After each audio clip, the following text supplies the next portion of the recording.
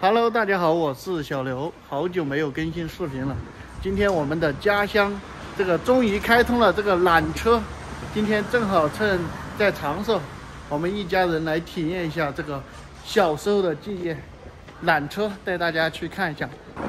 长寿缆车站到了，这个是在我坐了这么多交通工具啊，第一次不要钱这个交通工具。看这边还是文物保护单位哦，现在1964年就开始运行了，终于这个开通了。以前的话一直在维修，我靠，这么多人排着，坐缆车也不忘喝奶。走了，我们去坐车了，一会儿就出来啊。那我们走到车上就出来了。哇，今天人还挺多的。很快哈。坐缆车的有点累。啊，变成这样的。现在50人。哇塞，有点斜哟。斜坡式的。这个维修之后，哇，很新的这些，很大一个滑轮这样的。那个速度还挺慢的，没原来快的了。快起来了。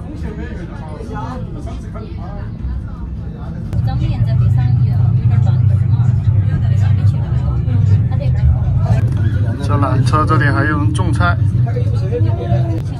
你们坐了好几趟了吗？坐2趟，已经坐了2趟了，还有点累，还想坐的有点累。还想坐吗？啊？走吧，处长。这个地方还可以在外面看得到缆车，这里轨道啥的，这很多人在这里看呢。看一下这边，这里基本上可以看得到长寿下半程的所有全景了。这里就是轨道了。来了，基本上2分钟一趟，这个还是挺快的。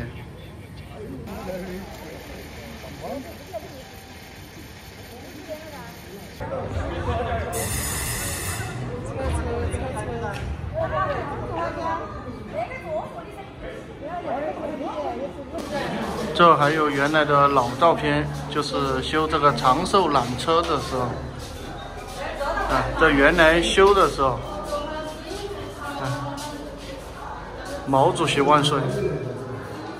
这是原来老的时候的长寿的老照片，这些很老了，对啊，位置还是没变，衣服变了，现在全部翻修了都。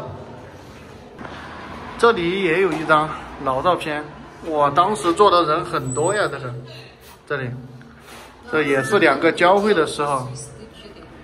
这原来的房子，这是好老的感觉，70、80年代那种感觉。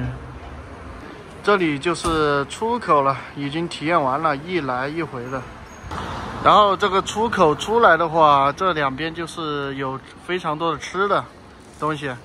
大概就是这样。听说原来这个地方的话是黄金地段，非常好的位置，这些地方。好了，朋友们，这期的视频就到这里了，咱们下期视频再见吧，各位朋友，拜拜。